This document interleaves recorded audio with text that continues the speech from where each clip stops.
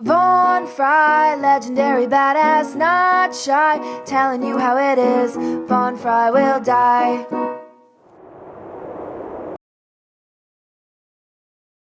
Summertime. Good time to spend indoors if you're white because you don't want skin cancer. You know, summer has with it TV show finales. And this past weekend was the finale of Game of Thrones Season 3. Now, I didn't watch the whole season. I only saw the premiere because I don't have HBO and they were doing a free weekend majig for that. So, my experience with Game of Thrones is a little bit limited, but you know what? I saw 3 hours of it, and that was enough to put together a bit of a hypothesis on why people like it and why it is hideously overrated. Now, I did not say Game of Thrones sucks. It is a pretty good show, it's just not a great show or one of the best shows in the history of television. It might be among the best shows on today. Here's some things to think about. First of all, when I tune in the first time, that opening title sequence goes on for approximately 26 minutes. There are so many damn characters in this world that I can't even begin to understand their relation to each other. Now, if you were there from the very beginning, I'm sure you're enthralled. You're like, oh man, there's like this backstabbing and he knows this guy and that's his sister, but oh, she doesn't like his wife. I mean, come on. It's a bit outlandish to have this many characters to care about, right?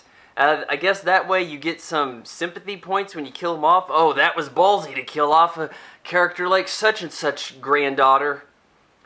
I think that's the case here. Now, the second episode I watched was pretty thrilling. There was a huge siege on this castle. There was body parts being severed left and right. Which brings me to the other point here, violence. Game of Thrones was like HBO executives said, yes, what we really need is an R-rated Lord of the Rings. Here's why.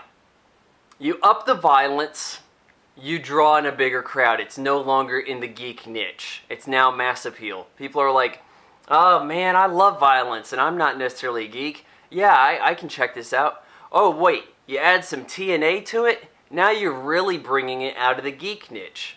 Now when I was in high school, if you saw anybody going around talking about Lord of the Rings, they were a geek. They were a nerd, right? But now, if everybody can like Game of Thrones, because it has these things that relate to other interests. Oh yeah, we'll just serve up some naked chicks. Oh yeah, we got some boobs and maybe some dragons over here. That's the way the show works, okay?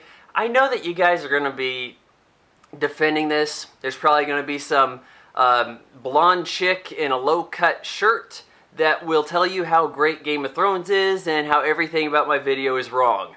I'm only speaking of the TV show and I'm looking at it in a way that is marketable. The executive's saying, look, we load this up with English people who don't mind taking their clothes off.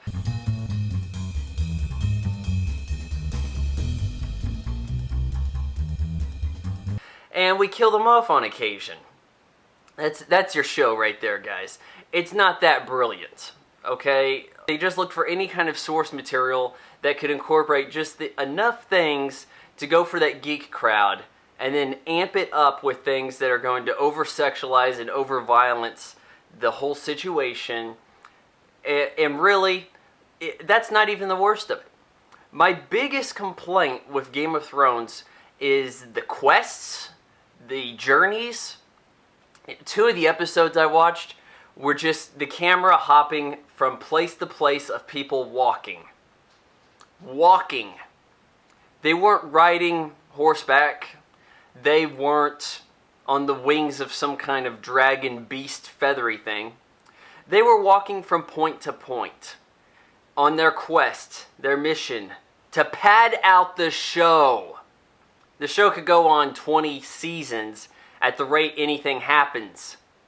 Do you understand any of that, people? If Richard Castle and Kate Beckett spent the whole episode walking to get coffee and then came back the next week to try to finish the case, would that be an entertaining show? And I'm not saying Castle's perfect by any means, but at least shit gets done each episode.